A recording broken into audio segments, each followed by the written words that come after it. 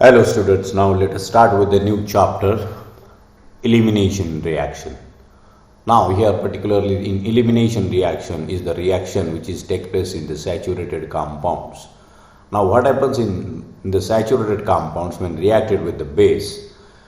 So when it reacts with the base, the proton and the leaving group from the saturated compound is get removed or get eliminated to form a unsaturated compound is particularly called as a elimination reaction. Elimination reaction he reaction saturated organic कंपाऊंड्समध्ये reaction होते आणि याच्यामध्ये काय होतं, ज्या वेळेला saturated compound जो आहे हा बेस बरोबर रिॲक्ट होतो त्यावेळेला आपल्याला त्या सॅच्युरेटेड कंपाऊंडमधनं दोन ॲटम्स किंवा ग्रुप, एक ॲटम हायड्रोजन असतो दुसरा लिव्हिंग ग्रुप असतो, तो ॲडजस्टंट ॲटम म्हणजे शेजारच्या ॲटममधनं काय केला जातो, रिमूव्ह केला जातो आणि आपल्याला जो प्रॉडक्ट मिळतो तो अनसॅच्युरेटेड प्रॉडक्ट मिळतो, म्हणजे double bond triple bond containing compound आपल्याला मिळतो. आणि अशी जी रिॲक्शन असते that reaction is known as elimination reaction. So what happens then, what is the definition और what we can generalise the statement about the elimination reaction is that in elimination reactions are the reactions in organic compound that involves in removal of two or more groups from molecule in variety of ways to form the product having a multiple bond or cyclic ring is a elimination reaction. आता आपण या elimination रिॲक्शनमध्ये काय होतं, ज्या वेळेला substrate असते सुरुवातीला saturated compound आपण घेतो आणि याच्यामध्ये जे असतं आपल्याला sp3 कार्बन असतो सुरुवातीला, म्हणजे सॅच्युरेटेड कार्बन असतो, त्याचं रूपांतर एकतर sp2 कार्बन आणि किंवा मग sp कार्बनमध्ये त्याचं काय होतं हायब्रिडायझेशन त्यांचं बदलतं प्रॉडक्टमध्ये. एकतर sp2 हायब्रिडायझेशन होईल म्हणजे कार्बन कार्बन डबल बॉन्ड किंवा मग sp हायब्रिडायझेशन होईल कार्बन कार्बन ट्रिपल बॉन्ड, अशा प्रकारे आपल्याला आहे. इलिमिनेशन रिॲक्शन्समध्ये काय होतं, त्याच्यामध्ये टू बॉन्ड्स जे आहेत त्याच्यामध्ये सिग्मा बॉन्ड ब्रेकअप होतो to form the pi bond, sigma बॉन्डचा breakup होतो. आता हा कंपाऊंड आहे, याच्यामध्ये काय आहे, हा एक्स लिव्हिंग आणि वाय ग्रुप जे आहेत ते काय केले जातात, दे आर गेट रिमूव्ड. आता हा अशा प्रकारे बेस बरोबर रिॲक्ट होईल तर एक्स वाय ग्रुप जो आहे तो एलिमिनेट होतो. सॉरी तर याच्यामध्ये आपल्याला बघायचं आता types of the elimination reaction. या एलिमिनेशन रिॲक्शन ज्या आहेत याच्यामध्ये आता जो काही प्रॉडक्ट फॉर्म झालेला आहे तो that product is a compound with A carbon carbon double bond. म्हणजे काय होतं, सुरुवातीला याच्यामध्ये सगळे सिंगल बॉन्ड होते, म्हणजे कार्बन जे होते they are get sp2 hybridise. आपल्याला माहिती आहे सिंगल बॉन्ड असलेले कार्बन हे sp3 हायब्रिडाइज असतात आणि याच्यामध्ये सगळे इनिशियल जे सबस्ट्रेट असेल त्याच्यामध्ये ते sp3 हायब्रिडाइज असतात. एलिमिनेशन रिॲक्शन झाल्यानंतर डबल बॉन्ड फॉर्मेशन होतं, त्यामुळे sp2 हायब्रिडायझेशन त्याचं कार्बन कार्बन डबल बॉन्ड्स असतं किंवा कधी कधी ट्रिपल बॉन्ड फॉर्मेशन होतं, त्यावेळेला sp हायब्रिडायझेशन हा प्रॉडक्टमध्ये असतो. त्याच्यानुसार आपण बघूया types of the elimination reaction. आता याच्यामध्ये जे काही depending upon the removal of the substituent त्याच्यानुसार आपल्याला काही रिॲक्शन्स आहेत. पहिली रिॲक्शन आहे 1-2 एलिमिनेशन रिॲक्शन. आता याला 1-2 एलिमिनेशन रिॲक्शन का म्हणतात, तर याच्यामध्ये जे ॲटम्स किंवा ग्रुप्स असतात ते ॲडजस्टंट कार्बन ॲटम, म्हणजे शेजारचे कार्बन, एक कार्बन आणि दोन कार्बन, शेजारचे कार्बन ॲटम जवळून मॉलिक्युल्स किंवा ॲटम्स जे आहेत ते काय केले जातात, लिव्ह होतात, निघून जातात. त्यामुळे तिला 1-2 पोझिशन आपण असं म्हणतो, म्हणून तिला म्हणतात 1-2 एलिमिनेशन रिॲक्शन किंवा याला दुसरं नाव पण या रिॲक्शनला आहे बीटा एलिमिनेशन रिॲक्शन. आता बघा याच्यामध्ये सबस्ट्रेट दिलेली आहे, हा हायड्रोजन आहे आणि हा लिव्हिंग ग्रुप आहे. हे काय कार्बन नंबर 1 याला म्हटलं तर कार्बन नंबर 2 याला आपण म्हणतो. आणि त्याच्यामुळे काय कार्बन नंबर 1 वरून आपल्याला हायड्रोजन ॲटम हा निघून जातो आणि कार्बन नंबर 2 वरून आपल्याला leaving group leaves the molecule and that's why the reaction is called as a 1-2 elimination to form unsaturated product. याच्यामध्ये त्याला बीटा एलिमिनेशन रिॲक्शन पण म्हणतात, कारण का हा जर कार्बन नंबर 1 असेल त्याला हा जो काही कार्बन आहे ज्याला लिव्हिंग ग्रुप आपण जॉईन झालेला आहे त्याला आपण बीटा कार्बन असं म्हणतो. तर बीटा पोझिशनमधनं तो काय होतो, अल्फा आणि बीटा असं त्याचं दोन कार्य, एक अल्फा आणि एक बीटा कार्बन असं असतं, म्हणून बीटा एलिमिनेशन रिॲक्शन देखील त्याला म्हणतात. ते आपण पुढे डिटेलमध्ये बघू, what is beta elimination, what is alpha elimination reaction. दुसरी रिॲक्शन आहे 1-1 एलिमिनेशन. 1-1 इलिमिनेशन रिॲक्शनमधनं काय होतं, ॲटम्स किंवा ग्रुप जे आहेत सेम कार्बनवरून, एकाच कार्बनवरून दोघी लिव्हिंग ग्रुप निघून जातात आणि अशा प्रकारची जी रिॲक्शन असते तिला म्हणतात 1-1 इलिमिनेशन किंवा याला म्हणतात अल्फा इलिमिनेशन रिॲक्शन. बघा इथं कार्बन दाखवलेलं आहे आणि from that this E is one of the atom and L is another atom from same carbon, it get removed to form the carbene. अशा प्रकारे जो काही रिॲक्शन असते तिला म्हणतात 1-1 इलिमिनेशन रिॲक्शन. पुढची रिॲक्शन जी त्याच्यामध्ये 1-3, 1-4 और 1-5 इलिमिनेशन रिॲक्शन म्हणजे एक ॲटम कार्बन नंबर 1 वरून किंवा दुसरा कार्बन नंबर 3 वरून किंवा कार्बन नंबर 1 वरून कार्बन नंबर 4 वरून दुसरा ॲटम, कार्बन नंबर 1 वरून एक ॲटम कार्बन नंबर 5 वरून दुसरा ॲटम. अशा प्रकारे जे काही रिॲक्शन्स आपल्याला कॅरी आउट केल्या जातात त्या मल्टिपल बॉन्ड फॉर्मेशनसाठीच्या ते वरती रिॲक्शन पाहिलं. पण ही पर्टिक्युलर रिॲक्शन जी आहे हिच्यामध्ये पर्टिक्युलरली रिंग कंपाऊंड जर फॉर्म करायचं असेल तर 1-4, 1-5 अशा या रिॲक्शन ज्या आहेत त्या आपल्याला कॅरी आउट केले जातात to form the ring compound. बघा इथे दाखवलेले कार्बन नंबर ऑफ कार्बन्स आहेत म्हणजे आपण याला 1, 6, 1, 7 असं आपण जसं आपल्याला पाहिजे तेवढे कार्बन चेन आपण वाढवू शकतो. आता मग ह्या कार्बन नंबर 1 वरून हा एक ग्रुप लिव्ह झाला आणि हा कार्बन नंबर इकडचा आहे. हा कितवा आपल्याला पाहिजे तेवढा कार्बनची संख्या घेऊन असा सायक्लिक कंपाऊंड किंवा रिंग कंपाऊंड आपल्याला करता येईल. हा N जो आहे म्हणजे CH2 ग्रुप हे आपल्याला 1, 2, 3, 4 जसे जेवढे पाहिजे तेवढे आपल्याला घेता येतील. आता 1-2 इलिमिनेशन और बीटा इलिमिनेशन रिॲक्शन जे आहे ते मोस्ट इम्पॉर्टंट और common type of the reaction taking place to form the products like alkene alkynes. Alkene alkynes म्हणजे काय, compound containing double bond, triple bond, त्याच्यासाठी आपण पाहणार आहोत. त्यामुळे आपण बघणार आहोत examples of the beta elimination reaction. काही एक्झाम्पल्स बघू बीटा इलिमिनेशन रिॲक्शनचे किंवा त्याला आपण म्हणतो 1-2 इलिमिनेशन रिॲक्शन. पहिलं आहे डिहायड्रोजिनेशन. डिहायड्रोजिनेशन म्हणजे काय, removal of hydrogen from the compound is dehydrogenation. याच्यामध्ये बघा हायड्रोजन ॲटम आणि लिव्हिंग ग्रुप आहे. आता बेस काय करतो, पिकअप करतो प्रोटॉनला आणि मग आपल्याला इथं या ठिकाणी अशा प्रकारे हा बॉन्ड इकडे शिफ्ट होतो आणि लिव्हिंग ग्रुप काय होतो निघून जातो आणि आपल्याला फॉर्म होतो दिस कंपाऊंड, डबल बॉन्ड असलेला कंपाऊंड आपल्याला फॉर्म होतो. याच्यामध्ये डिहॅलोजिनेशन रिॲक्शन आहे. या डिहॅलोजिनेशन रिॲक्शनमधनं काय, दोघी ब्रोमिन ॲटम जे आहेत ते रिंगमधनं निघून जातात in presence of zinc catalyst. अशा प्रकारे हा ब्रोमिन ॲटम इथं हा बॉन्ड शिफ्ट होईल आणि दुसरा ब्रोमिन देखील काय होईल बाहेर निघून जाईल. अशा प्रकारे आपल्याला डबल बॉन्ड कंटे ही डिहायड्रेशन आहे. वॉटर मॉलिक्यूल याच्यामधनं H आणि हा OH निघून जातो to form the double bond. किंवा Hoffmann elimination, quaternary ammonium hydroxide जो आहे तो याच्यामधनं काय होतो, लिव्हिंग ग्रुप असतो, बेटर लिव्हिंग ग्रुप, हायड्रोजन आणि हा ग्रुप निघून गेला, याला हिट केलं कंपाऊंडला. किंवा डिहायड्रोजिनेशन, 2 हायड्रोजन ॲटम्स जे आहेत त्याच्यामध्ये ते रिमूव्ह होतात in presence of palladium catalyst to form the. So these are the some examples of the 1-2 type of the elimination reactions. Now आपण आता बघू त्यांचे एक एक रिॲक्शन जे आहेत बीटा इलिमिनेशन रिॲक्शन. त्याच्यामध्ये mainly 3 types of the mechanisms are possible. या बीटा इलिमिनेशन रिॲक्शनमध्ये 3 प्रकारचे मेकॅनिझम आहे. E1 mechanism, E2 mechanism and E1CB mechanism. And now let us see one by one mechanism. E1 mechanism आपण बघणार आहे. जसं SN1 SN2 reaction पाहिल्या तर सबस्टिट्यूशन होतं, ह्या इलिमिनेशन आहे. तिथे E1 म्हणजे काय, E1 इंडिकेट्स इलिमिनेशन युनिमॉलिक्युलर. इलिमिनेशन होतं या रिॲक्शनमध्ये where 1 indicates the kinetics of the reaction. 1 काय, त्याचं कायनेटिक्स म्हणजे युनिमॉलिक्युलर रिॲक्शन हे आपल्याला दाखवतं, त्यामुळे त्याला E1 म्हणतो. एकाच molecular rate of the reaction काय असतं, डिपेंडंट असतं. Late us see the example. याच्यामध्ये बघा सबस्टेट 2 मिथाइल 2 ब्रोमोब्युटेन हा कंपाऊंड आहे. 2 मिथाइल 2 ब्रोमोब्युटेन. मिथेन, इथेन, प्रोपेन आणि ब्युटेन हे पॅरेंट आहे. 2 पोझिशनला 1, 2, 3, 4 असं जर आपण केलं ब्युटेन आणि 2 पोझिशनला मिथाइल ग्रुप आणि ब्रोमिन ग्रुप आहे म्हणून 2 मिथाइल 2 ब्युटेन कंपाऊंड आहे. हा बेस बरोबर रिॲक्ट होतो आणि याच्यामध्ये काय आहे, हा एक कार्बन आणि हा एक कार्बन, या दोघी कार्बनवरून काय होतं आपल्याला ग्रुप रिमूव्ह केला गेला to form 2 methyl 2 butene compound containing double bond.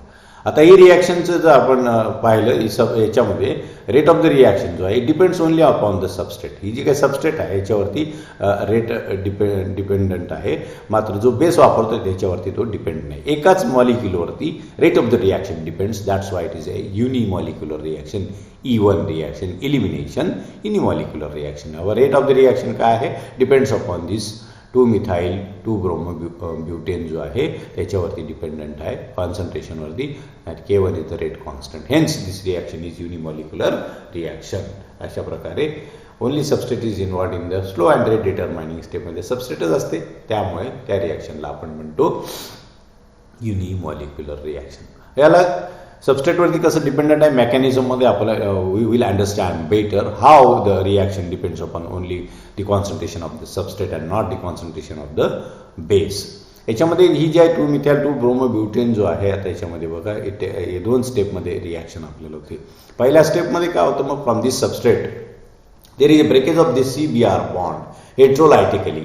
हेट्रोलायटिकली म्हणजे काय, bromine atom goes with the electron pair. Electron pair जी आहे अनइव्हनली डिस्ट्रीब्यूट होते, म्हणजे ब्रोमिनच फक्त इलेक्ट्रॉन घेऊन जातो, कार्बनवर इलेक्ट्रॉन राहत नाही, त्याला म्हणतो आपण हेट्रोलायटिक क्लिवेज.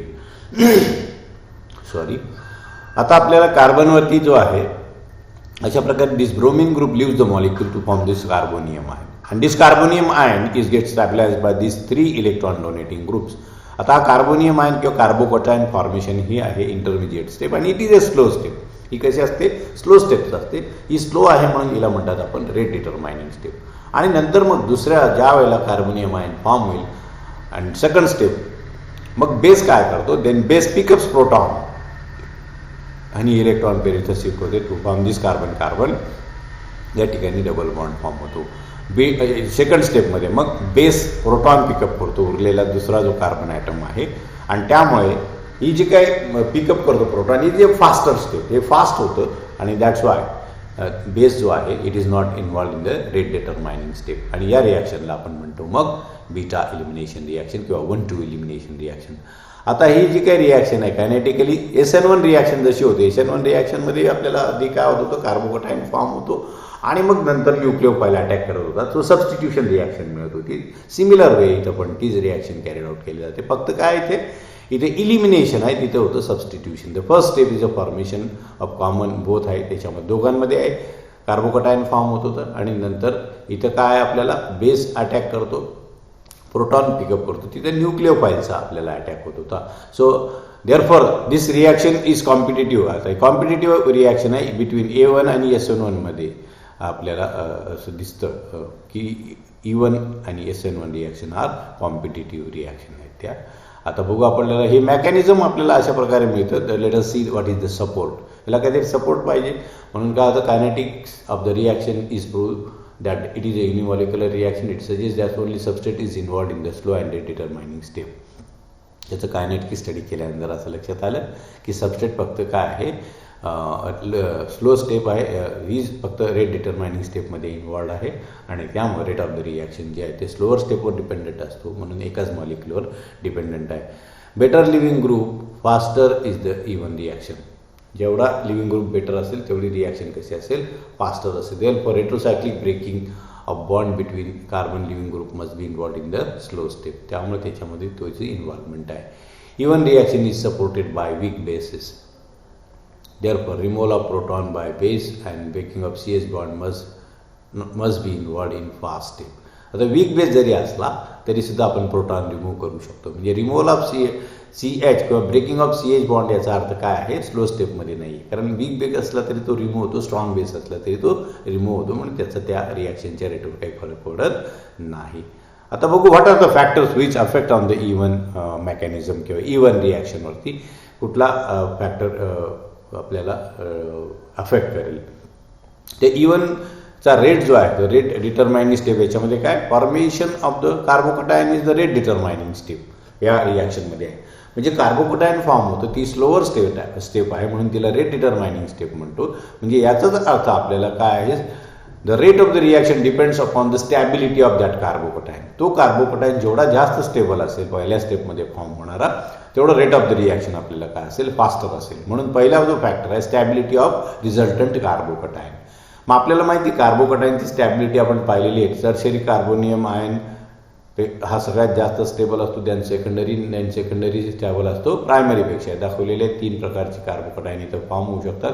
म्हणून टर्शियरी सबस्ट्रेट जे आहे त्याच्यामध्ये कार्बोकटायन जास्त स्टेबल असतो कोणापेक्षा, सेकंडरी सबस्ट्रेटपेक्षा. आणि सेकंडरी सबस्ट्रेटमधला कार्बोकटायन जास्त स्टेबल असतो कोणापेक्षा, प्रायमरीपेक्षा. म्हणून टर्शियरी सबस्ट्रेटमध्ये काय असतो, rate of the reaction depends upon or more than the secondary and primary carbocation. म्हणजेच काय आहे, stability of carbocation effects the rate of this even mechanism असं आपण म्हणू शकतो. आता ब्रँचिंग जर असेल, मग आता बीटा कार्बन जो असतो त्या बीटा कार्बनवर जर ब्रँचिंग वाढली तर काय होतं, त्याच्यावरती रेटवरती इफेक्ट होतो. आज आपल्याला माहिती E1 आणि SN1 ह्या कॉम्पिटेटिव्ह एक्झाम आहेत. Elimination for one elimination and other is the substitution. Branching of beta carbon favours E1 reaction as compared to SN1.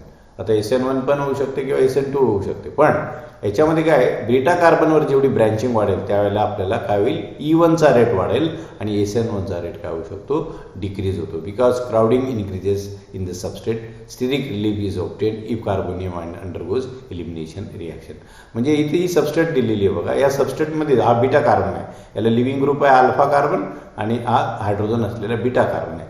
Beta कार्बनवर जर इथं ब्रँचिंग वाढली तर काय होतं, या मॉलिक्यूलमध्ये गर्दी वाढते आणि गर्दी वाढली ते स्टॅबिलिटी मिळवण्यासाठी काय असतं, सबस्ट्रेट जी असते हा जो लिव्हिंग ग्रुप असतो इझिली रिमूव्ह करते. कारण काय, जेवढी बीटा कार्बनवर गर्दी कमी होईल किंवा सबस्ट्रेटमध्ये तेवढी त्याची स्टॅबिलिटी वाढते.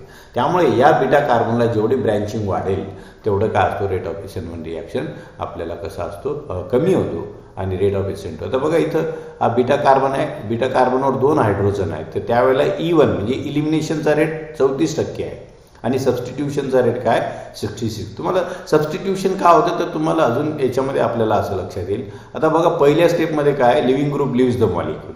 SN1 रिॲक्शनमध्ये पण तसंच होतं. ही आहे E1 रिॲक्शन. मग आपल्याला कार्बोकटायन फॉर्म होतो. कार्बोकटायनचं काय 2 गोष्टी आहेत. आता एक तर बेस काय करेल, न्यूक्लिओफाईल म्हणून ॲक्ट होईल किंवा बेस हा प्रोटॉन पिकअप करेल. हा प्रोटॉन पिकअप करेल ते इलिमिनेशन रिॲक्शन होईल, किंवा हा न्यूक्लिओफाईल जर पॉझिटिव्हली चार्ज कार्बोकटायनवर अटॅक करेल तर SN1 रिॲक्शन म्हणजे सबस्टिट्यूशन रिॲक्शन आपल्याला होईल. या दोघी रिॲक्शनमध्ये कॉम्पिटिशन असते.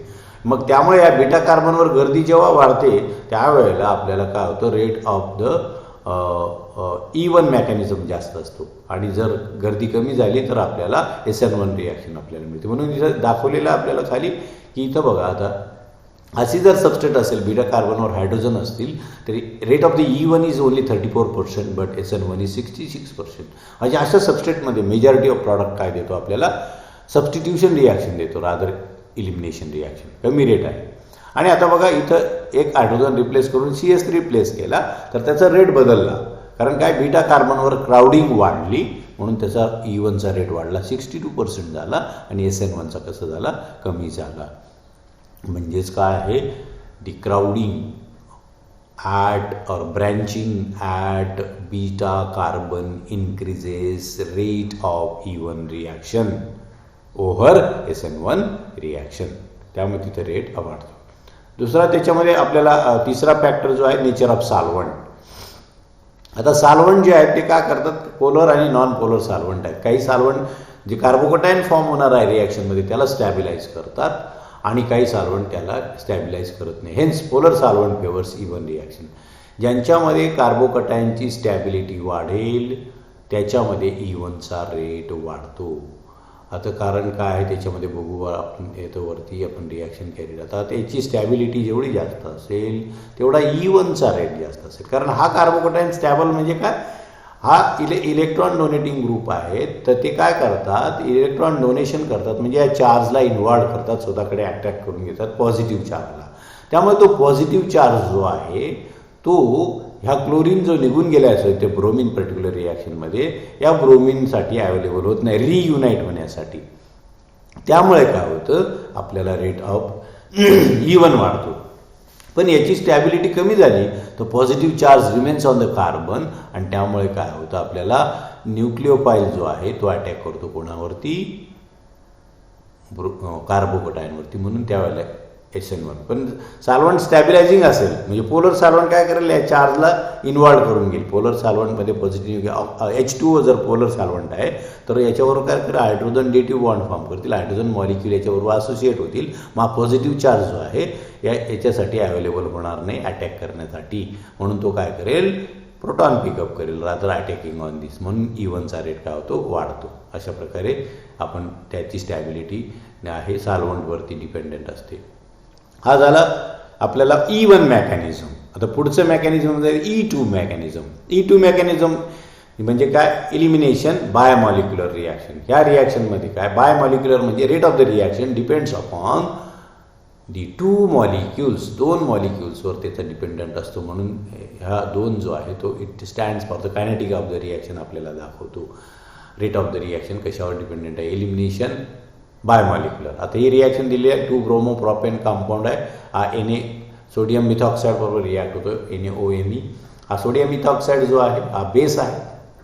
तर हा बेस काय करतो, one of the carbon atom, symmetrical molecule असल्यामुळे वन ऑफ द कार्बन ॲटमपासून प्रोटॉन पिकअप करेल आणि नंतर ब्रोमिन ॲटम घेऊन असा प्रॉपिन नावाचा प्रॉडक्ट आपल्याला मिळतो. आणि या रिॲक्शनचा आपण रेट डिटरमाइन केला तर rate law shows that the rate of the reaction is proportional to the concentration of the substrate and the base. Substrate and the बेसवरती म्हणून रेट दिलेला आहे, rate is equal to K2 into concentration of the substrate into concentration of sodium methoxide म्हणजे base. म्हणून bimolecular, दोन molecular dependent आहे आणि त्यामुळे दोघी मॉलिक्युल जे आहेत they are involved in the slow step. ते स्लो स्टेपमध्ये ते आहेत इन्व्हॉल्वमेंट त्यांची, and that's Y rate of the reaction depends upon the two molecules. Now let us see the mechanism. आता आपण त्याचं मेकॅनिझम बनणार. In both the substrates, base is a slow step. Both substrate and base is in slow step. So suggest that the breaking and formation of bond should be simultaneous. म्हणजे एकाच स्टेपमध्ये त्याचं होणार आहे, कारण दोघी जर इन्व्हॉल्ड असतील तर दोघं. So no intermediate is form. दोन स्टेपने एकाच स्टेपमध्ये जसं होतं, जसं SN2 मेकॅनिझम आपण पाहिलं होतं एलिमिनेशनचं, तसं हे E2 मेकॅनिझम आहे. बेस जो आहे हा बेस काय करतो, this base removes the hydrogen. And similarly this electron density shifts over here and this bromine is removed. Alpha beta carbon ॲटमवरून त्यांचं ब्रेकेज होतं. हा अल्फा कार्बन आहे, हा बीटा कार्बन आहे. अल्फा बीटा कार्बनचं जे आहे त्याच्यावर ते आता काय होईल, मग formation of double bond between alpha beta carbon, breakage of this CH bond and breakage of this beta BR bond simultaneously एकाच वेळेला होतं. काय काय होतं, breakage of C alpha H bond, formation of C alpha C beta bond, breakage of C beta BR bond takes place simultaneously. बघा transition स्टेटमध्ये TS जी असते त्या TSमध्ये आपल्याला दाखवलेलं आहे मेथड.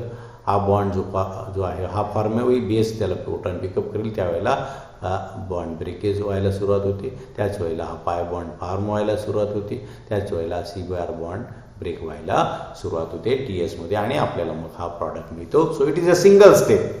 आणि याच्यामध्ये कोण कोण आहे, सिंगल स्टेप आहे, याच्यामध्ये कोण कोण इन्व्हॉल्ड आहे, बेस इन्व्हॉल्ड आहे आणि सबस्ट्रेट इन्व्हॉल्ड आहे. That's why the rate depends upon both molecules. So this is the mechanism of E2 reaction. E2 रिॲक्शनचं हे मेकॅनिझम आहे. Let us see support for this one step mechanism. याच्यामध्ये एकच step आहे, त्याच्यासाठी काहीतरी सपोर्ट लागतो, ती रिॲक्शन आहे. One step mechanism requires breaking of beta H bond. ज्या रिॲक्शनमध्ये बीटा H बॉन्ड हा स्लो स्टेपमध्ये असेल ती वन स्टेप रिॲक्शन असते. It also requires breaking of bond between C alpha and leaving group. त्याच वेळेला तो C अल्फा आणि लिव्हिंग ग्रुपचा बॉन्ड पण ब्रेक झाला पाहिजे. ते आपल्याला पहिले दिलेलं आहे कायनेटिक आयसोटोपिक इफेक्ट. आता जेव्हा याच्यावरती आपण हायड्रोजन असताना रिॲक्शन कॅरीड आउट केली तर त्याचं काहीतरी KH is the rate of the reaction, hydrogen असताना सबस्ट्रेटमध्ये, बरोबर आहे. आणि नंतर रिॲक्शन कॅरीड आउट केली, हायड्रोजनचं रिप्लेसमेंट केले ड्यूटेरियमने, त्यावेळेला रिॲक्शनचा रेट आपण पाहिला, तो आपल्याला KD मिळाला समजा त्या रेट ऑफ द रिॲक्शन.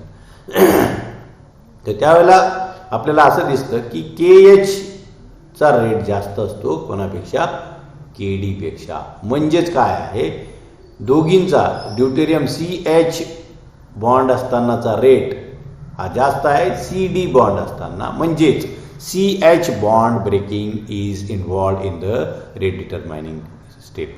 इथं दिलं it is observe that KH is greater than KD. मग this is because CD bond is stronger than CH bond. कारण इथं हा रेट जास्त आहे म्हणजे काय, CH बॉन्ड हा वीक बॉन्ड आहे आणि CD बॉन्ड थोडा स्ट्रॉंग आहे आणि तो ज्याचा अर्थ it is involved in the rate determining step. आणि reaction rate of the reaction decreases when H is replace by D. म्हणजे ज्याचाच अर्थ असा होतो ई breaking of CH/CD is we are not rate determining step. दोघांचा रेट सारखाच राहिला असता पण रेट सारखा नाही म्हणजे ते ब्रेकिंग काय आहे, CH bond breaking is involved in the rate determining step. आणि CH बॉन्ड ब्रेकिंग जर रेट डिटरमायनिंग स्टेपमध्ये इन्व्हॉल्ड आहे याचाच अर्थ काय आहे, बेस आणि सबस्ट्रेटवरती, कारण दोघी आहेत तिथे, the rate of the reaction dependent असतो म्हणजे बायोमॉलिक्युलर रिॲक्शन आहे डिपेंडिंग अपॉन द काय. आणि दुसरा त्याच्यामध्ये सपोर्ट आहे effect of living group. For the better leaving group rate of the reaction is fast than the poor leaving ग्रुप. बेटर लिव्हिंग ग्रुप असेल तर rate of the reaction fast असतो.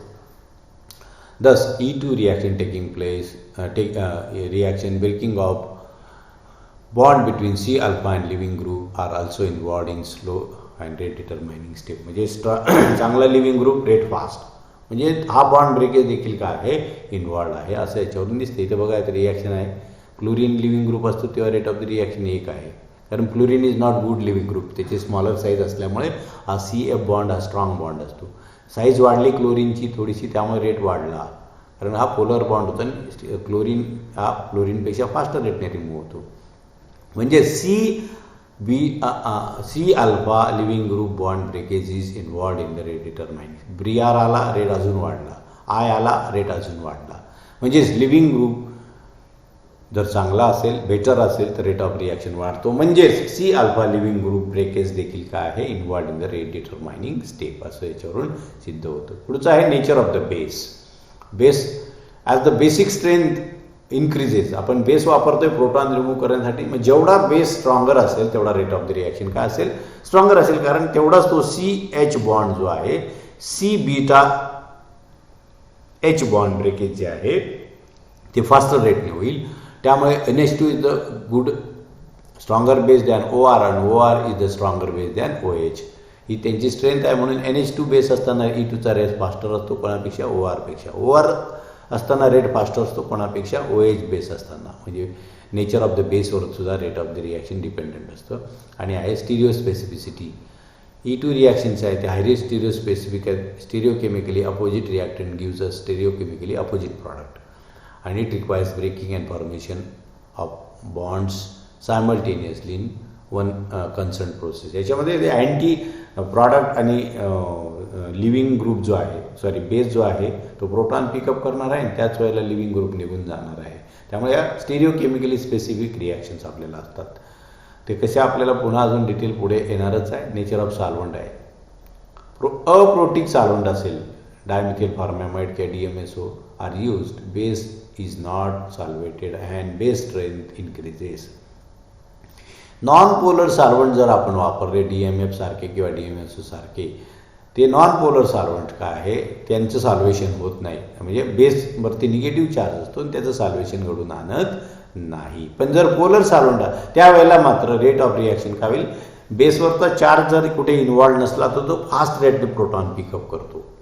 पण जर पोलर सॉल्व्हंट H2O किंवा अल्कोहोलसारखे solvent वापरले, polar solvent आहेत, ते काय करतात, याच्यातले हायड्रोजन जे आहे बेसच्या निगेटिव्ह चार्जबरोबर त्यांचं सॉल्वेशन होतं. तो बेसचा निगेटिव्ह चार्ज काय होतो, स्टॅबिलाइज केला जातो. त्यामुळे तो बेस जो आहे प्रोटॉन लवकर पिकअप करत नाही किंवा पिकअप करण्यासाठी अवेलेबल होत नाही, म्हणून E1चा रेट काय होतो, डिक्रीज होतो पोलर सॉल्व्हंटमध्ये. पण नॉन पोलर असतील तर सॉल्वेशन होत नाही म्हणून तो इन्क्रीज होतो.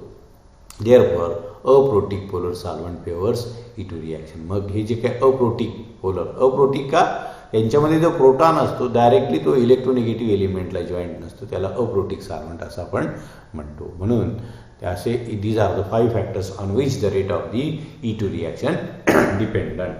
मग E2 मेकॅनिझममध्ये काय आहे, पहिली स्टेप जी आहे त्याच्यामध्ये 1 स्टेप रिॲक्शन आहे.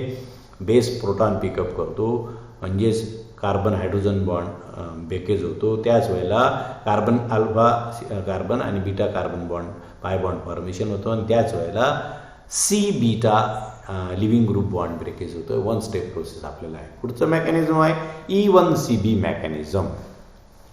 What is E1CB mechanism? Elimination unimolecular conjugate base. याचं नाव काय आहे? Elimination unimolecular conjugate base. म्हणजे ही जी रिॲक्शन आहे, इलिमिनेशन रिॲक्शन आहे, याच्यामध्ये काय होणार आहे, एक रेट ऑफ द रिॲक्शन एकाच मॉलिक्युलवर डिपेंडंट आहे आणि त्याच्यामध्ये कॉन्जुगेट बेस फॉर्म होतो. That's why reaction is called elimination unimolecular conjugate base. आता आपण बघू या रिॲक्शनमध्ये कशा प्रकारे युनिमॉलिक्युलर आणि कॉन्जुगेट बेस. हा एक्झाम्पल दिलेला आहे 1,1 डायक्लोरो 2,2,2 ट्रायफ्लोइथेन. या कंपाऊंडचा आहे 1,1 डायक्लोरो. एका कार्बनला 2 क्लोरीन आहेत, म्हणजे एक कार्बन नंबर 1ला 1,1 डायक्लोरो आणि कार्बन नंबर 2ला 3 फ्लोरीन आहे 2,2,2 ट्रायफ्लोरो. हा बेस बरोबर रिॲक्ट केला की आपल्याला 1,1 डायक्लोरो 2,2 डायफ्लोरो इथेन नावाचा कंपाऊंड मिळतो.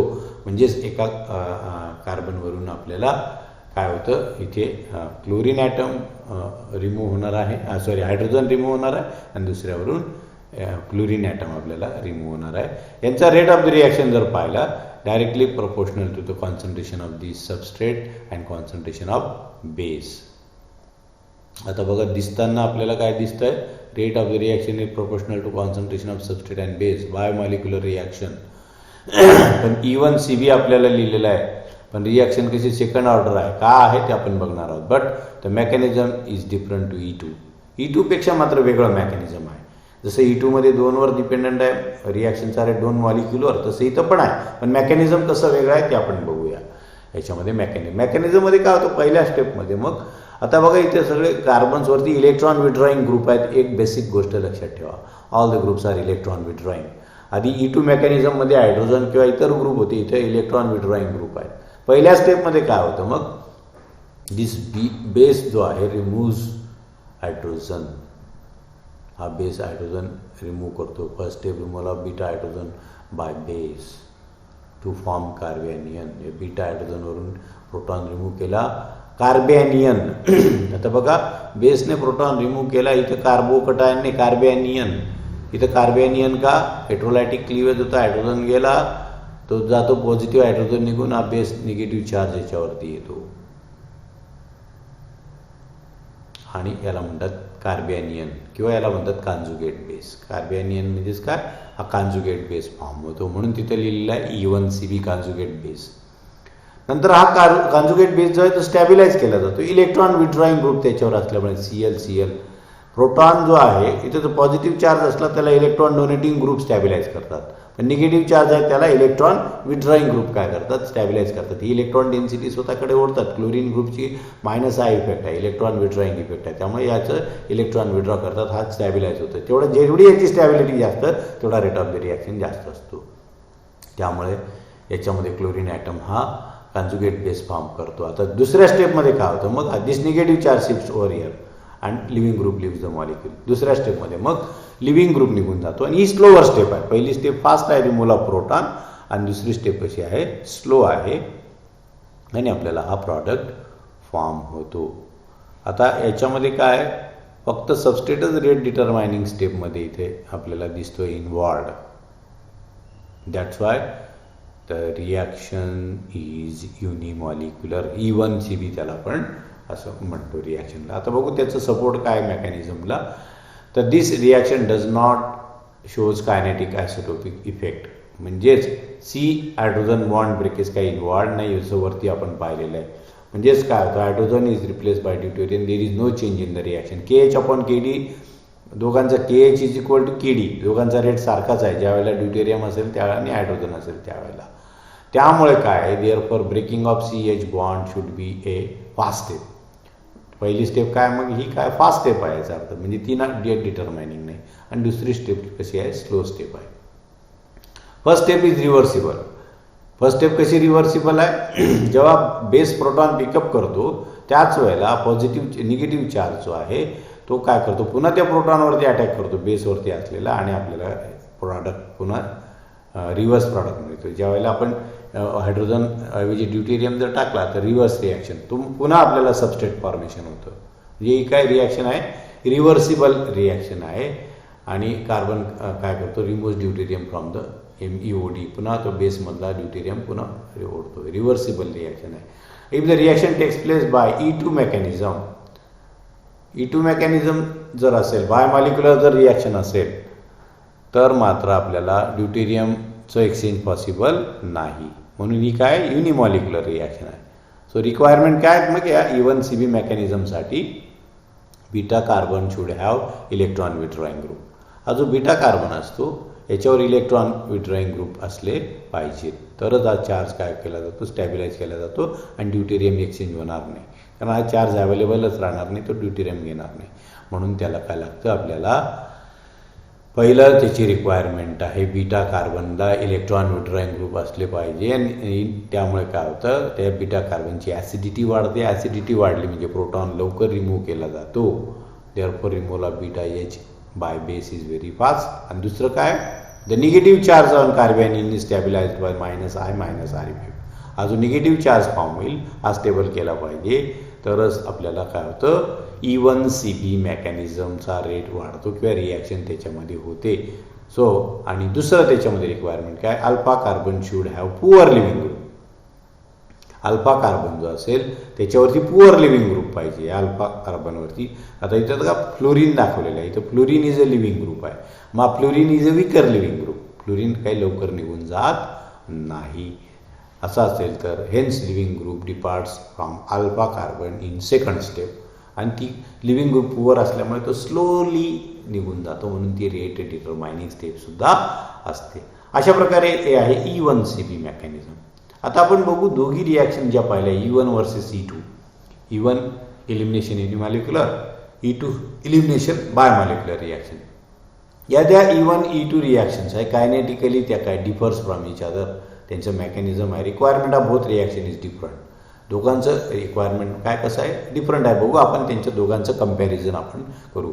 E1 रिॲक्शनचा रेट कशाला डिपेंड आहे, कॉन्सन्ट्रेशन ऑफ सबस्ट्रेटवरती, एकाच मॉलिक्युलर डिपेंडंट आहे. It does not depends upon the concentration of बेसवरती डिपेंडंट नाही, फक्त तो सबस्ट्रेटवर डिपेंड आहे. पण E1 रिॲक्शन त्यामुळे त्याला युनिमॉलिक्युलर म्हणतो, कारण ओनली सबस्ट्रेटवर डिपेंडंट आहे. पण E2चा रेट काय आहे, दोघांवर डिपेंडंट आहे, बेसवर पण डिपेंडंट आहे आणि सबस्ट्रेटवर पण डिपेंडंट आहे. म्हणून तिला आपण म्हणतो बायोमॉलिक्युलर रिॲक्शन. आणि both substrate and base are involved in slow step. एका स्टेपमध्ये ती रिॲक्शन होते म्हणून आहे. मेकॅनिझम बघू दोघांमध्ये. E1चं मेकॅनिझम इज 2 स्टेप मेकॅनिझम आहे. कारण पहिल्या स्टेपमध्ये काय होतं, आपल्याला लिव्हिंग ग्रुप निघून जातो, कार्बोकटायन फॉर्म होतो. आणि सेकंड स्टेपमध्ये मग आपल्याला काय होतं, बेस हा प्रोटॉन पिकअप करतो. E2 मेकॅनिझममध्ये एकाच वेळेला सायमल्टेनियस सगळ्या प्रोसेस होतात. प्रोटॉनही त्याच वेळेला पिकअप होतो, त्याच वेळेला कार्बनशी alpha C beta bond formation होतं, त्याच वेळेला C beta leaving group bond breakage आपल्याला होतं. म्हणजे in E1 reaction bond between alpha and leaving group breaks in slow step with the formation of carbonium intermediate. In second step there is a removal of proton by base. पण E2 मेकॅनिझममध्ये breaking making process simultaneous होतात. आता substrate बघू. E1 reactions are favoured by the substrate that produces stable carbonium ion. आता E1 reaction जी आहेत ज्याच्यामध्ये सबस्ट्रेटमध्ये जर stable carbonium ion form होत असेल तर रिॲक्शन आपल्याला होते. हेट्रोलायटिक क्लिवेज आपल्याला लिव्हिंग ग्रुपचा ब्रेक व्हायला पाहिजे म्हणून. Tertiary halides favors E1 reaction, while E2 reaction does not have specific requirement regarding the substrate. E2 ला तशी काही स्पेसिफिक रिक्वायरमेंट नाही आहे. त्यामुळे अशा प्रकारे हे पुढचा फरक त्याच्यामध्ये. Nature of base. E1 reaction supported by weak basis. E1चा रेट कसा होतो, वीक बेसिसने. कारण पहिली स्टेप जी काय आहे त्याच्यामध्ये काय, दुसऱ्या स्टेपमध्ये प्रोटॉन पिकअप केलं जातं, पहिल्या स्टेपमध्ये लिव्हिंग ग्रुप आहे, त्यामुळे वीक बेस असला तरी चालतं. Removal of proton involved in fast step, त्यामुळे वीक बेस जरी असला तरी तो फास्ट रेटने रिमूव्ह होतो. E2मध्ये काय, supported by the strong base आपल्याला लागतो, कारण इथं काय सायमल्टेनियस प्रोसेस आहे. एकाच वेळेला बेस जेवढा स्ट्रॉंगली प्रोटॉन पिकअप करेल तेवढा लिव्हिंग ग्रुप फास्टली निघून जाईल. त्यामुळे हा strong base E2 reaction strong बेसने सपोर्ट केला जातो आणि E1 रिॲक्शन हा वीक बेसने सपोर्ट केली जाते. सॉल्व्हंट आहे. पोलर सॉल्व्हंटमध्ये आपण पाहिलं, पोलर सॉल्व्हंटमध्ये कार्बोनियम आयनचं स्टॅबिलेशन जास्त असतं सॉल्व्हेशनमुळे आणि त्यामुळे पोलर सॉल्व्हंटमध्ये E1चा रेट वाढतो. त्याच वेळेला E2चा रेट काय, अप्रोटिक पोलर सॉल्व्हंट लागतो, म्हणजे अप्रोटिक लागतो. सॉल्व्हंट पोलरच आहे पण ते अप्रोटिक आहे, म्हणजे proton is not directly attach to the electronegative element. असं रिॲक्शनमध्ये तो फेवरेबल आहे. तेच आपल्याला तिघींचं कंपॅरिझन दिलेलं आहे बघा. E2 स्टेप आहे, E1 हे तुम्ही कंपॅरिझन बघा. सेम आपण जे एक्सप्लेन केलं त्याच्यामध्ये अशा प्रकारे हे मेकॅनिझम आहे. आता इलिमिनेशन वर्सेस सबस्टिट्यूशन रिॲक्शन, आता हे आपण एवढा पॉईंट आज बघणार आहोत, इलिमिनेशन आणि वर्सेस सबस्टिट्यूशन. आता ह्या आपण इलिमिनेशन रिॲक्शन बघतोय. SN1 SN2 रिॲक्शन हे सबस्टिट्यूशन रिॲक्शन होता.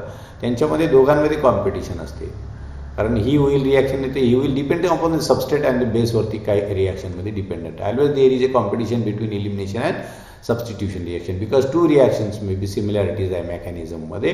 त्यामुळे आपल्याला when nucleophilic attack of carbon substitution, आपलं न्यूक्लियोफाईल अटॅक करत असेल कार्बनवरती, कार्बोनियमवरती, त्यावेळेला सबस्टिट्यूशन. आणि न्यूक्लियोफाईलिक वेन न्यूक्लियोफाईल प्रोटॉन पिकअप करत असेल त्यावेळेला इलिमिनेशन रिॲक्शन आपल्याला मिळते. रिॲक्शन्समध्ये बघा, न्यूक्लियोफाईल वापरतोय आपण दोघी रिॲक्शन्समध्ये, E1 मध्ये पण वापरतोय, E2 मध्ये पण वापरतोय, SN1 मध्ये पण वापरतोय, SN2 मध्ये वापरतोय. जर न्यूक्लियोफाईलने कार्बोकटायनवर अटॅक केला तर सबस्टिट्यूशन रिॲक्शन. पण जर न्यूक्लियोफाईलने न्यूक्लियोफाईल ज्याला बेस पण होतं त्याने प्रोटॉन पिकअप केला तर elimination reaction. Change in reaction condition particular substrate favours elimination reaction. Hence always get a mixture of product. आपल्याला दोघी मिक्सचर मिळतात, SN1 आणि SN1 रिॲक्शन, जे E1 आणि SN2 reaction R companies by E2. SN1 आणि E1, SN2 आणि E2 यांच्यापैकी कुठले तरी प्रॉडक्ट आपल्याला मिळतात. साईज ऑफ द सबस्ट्रेट आणि बेसवरती मग काय आहे, त्या दोघींचं कुठलं मिळणार आहे reaction. Attack of nucleophile on carbonium ion is always difficult. Carbonium आयनवर डिफिकल्ट असतं, particularly when it is hindered by the alkyl groups. Carbonium आयनवरती जर अल्किल ग्रुपची गर्दी असेल तर त्याच्यामध्ये न्यूक्लियोफाईलचा अटॅक होत नाही. Therefore the larger substrate nucleophilic substitution is favoured. Substrate जर लार्ज असेल, बल्की असेल, तर मग न्यूक्लियोफिलिक सबस्टिट्यूशन होतं. On other hand approach of nucleophile to the carbon is much easier. त्यामुळे कार्बनवरती तो इझी जातो. म्हणजे लार्जर सबस्ट्रेट जर असतील तर इलिमिनेशन रिॲक्शन जास्त होते रादर सबस्टिट्यूशन. त्यामुळे टर्शरी सबस्ट्रेट जे असतील त्याच्यामध्ये इलिमिनेशन रिॲक्शन होते, सबस्टिट्यूशन होत नाही. Size of nucleophile also matters. Large जर न्यूक्लियोफाईलची साईज असेल तर इलिमिनेशन रिॲक्शन फेवर होते, आणि स्मॉल जर न्यूक्लियोफाईलची साईज असेल तर आपल्याला सबस्टिट्यूशन होते. अशा प्रकारे लार्जर साईज जी आहे tertiary, if large size potassium tertiary butoxide is used as a base due to the steric hindrance it can not be approach carbonium. Large size असेल बेसची तो कार्बोनियम आयनपर्यंत जायला गर्दी असते, म्हणून आपल्याला सबस्टिट्यूशन होत नाही, तर काय होतं, इलिमिनेशन. आणि दुसरा factor basicity versus nucleophilicity. Elimination requires abstraction of proton. Elimination काय, बेस प्रोटॉन पिकअप करतो, आणि substrate requires formation of bond between the carbon and nucleophile. सबस्टिट्यूशनमध्ये काय असतं, कार्बन आणि न्यूक्लियोफाईल यांच्यामध्ये बॉन्ड फॉर्मेशन असतं. Nucleophiles that are stronger bases favours elimination reaction. Strong base असेल तर तो प्रोटॉन पिकअप करतो रादर फॉर्मिंग अ बॉन्ड. हे बघा एक्झाम्पल दिलेलं आहे. BR जो आहे इथे यांच्यामधलं BR आणि H निघून जातो, कुठलाही एक H निघेल, असे सबस्ट्रेट फॉर्म होतो. हे रिॲक्शन बघा, 3%, 3% आपल्याला इलिमिनेशन आहे. 97% काय आहे, हा बेस वापरलेला आहे इथेनॉल. पण ज्या वेळेला बेस आपण सोडियम इथॉक्साईड वापरतो, आता थोडा बल्की वापरलेला आहे, त्यावेळेला 79% इलिमिनेशन आणि 21% आपल्याला काय फक्त ह्याच्यामध्ये. हा OC2H5- ॲक्च्युली बेटर न्यूक्लियोफाईल आहे, but negatively charge oxygen makes it stronger base. त्यामुळे काय, ऑक्सिजन त्याला स्ट्रॉंगर बेस बनवतो. Hence it prefers to remove a proton. हा स्ट्रॉंग बेस झाला इथला, तर तो काय होतो, प्रोटॉन पिकअप करतो. Stronger base remove proton at beta hydrogen. It leads to increase in amount of elimination. तिथे काय होतं, मग अमाऊंट ऑफ इलिमिनेशन वाढतं. And C2H5 is a weak base. हा कसा आहे, वीक बेस आहे C2H5. हा स्ट्रॉंग बेस आहे, हा प्रोटॉन रिमूव्ह करणं प्रेफर करतो, म्हणून इलिमिनेशनचा रेट जास्त आहे. हा वीक बेस असल्यामुळे प्रोटॉनला पिकअप करण्याऐवजी तो कार्बोकटायनवर अटॅक करतो, म्हणून रेट ऑफ काय आहे, रेट ऑफ रिॲक्शन जो आहे इथे जास्त आहे सबस्टिट्यूशनचा. पुढे आता सबस्ट्रेट. आता बीटा कार्बनवरती जसजसं आपल्याला मगाशी पाहिलेलं आहे, बीटा कार्बनवरती जर गर्दी वाढली तर रेट ऑफ इवन वाढतो. इथं गर्दी कमी आहे, इवनचा रेट कमी आहे.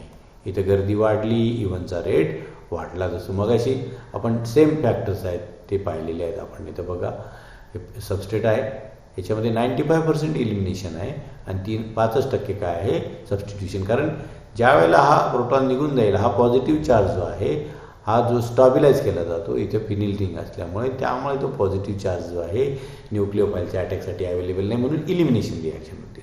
नेचर ऑफ सॉल्व्हंट आपण पाहिलेलं आहे. Decrease in solvent polarity favours elimination. सॉल्व्हंटची पोलॅरिटी डिक्रीज झाली, इलिमिनेशन रिॲक्शन होते. पोलॅरिटी वाढली, सबस्टिट्यूशन रिॲक्शन आपल्याला मिळते. Temperature factor. हायर टेम्परेचरला इलिमिनेशन रिॲक्शन्स होतात आणि जर लोअर टेम्परेचर असेल तर मग सबस्टिट्यूशन रिॲक्शन. आणि लास्ट फॅक्टर आहे कॉन्सन्ट्रेशन ऑफ बेस. कॉन्सन्ट्रेशन जेव्हा बेसचं वाढेल त्यावेळेला तो स्ट्रॉंग बेस असेल आणि स्ट्रॉंग बेस असेल तेवढं स्ट्रॉंगली प्रोटॉन रिमूव्ह करेल आणि जेवढा स्ट्रॉंगली प्रोटॉन रिमूव्ह करेल तर रेट ऑफ काय होईल, इलिमिनेशन फेवर्स आणि रादर सबस्टिट्यूशनचा रेट कसा होईल, कमी होईल. So these are the factors on which rate of the reaction dependence. पुढच्या पिरियडला आपण बघणार आहोत मग stereochemistry of the E2 reaction. So अशा प्रकारे आपण आज पाहिलेलं आहे E1 reaction, E2 reaction, E1CB reaction आणि त्यांची comparison with SN1 and SN2 reaction and factors affecting E1 and E2 reaction. Lecture बघत राहा, सबस्क्राईब करा. शंका असतील तर व्हॉट्सअप ग्रुपवर तुम्ही विचारा आणि लेक्चर पाहायला मात्र विसरू नका. पूर्ण लेक्चर बघा. Thank you very much.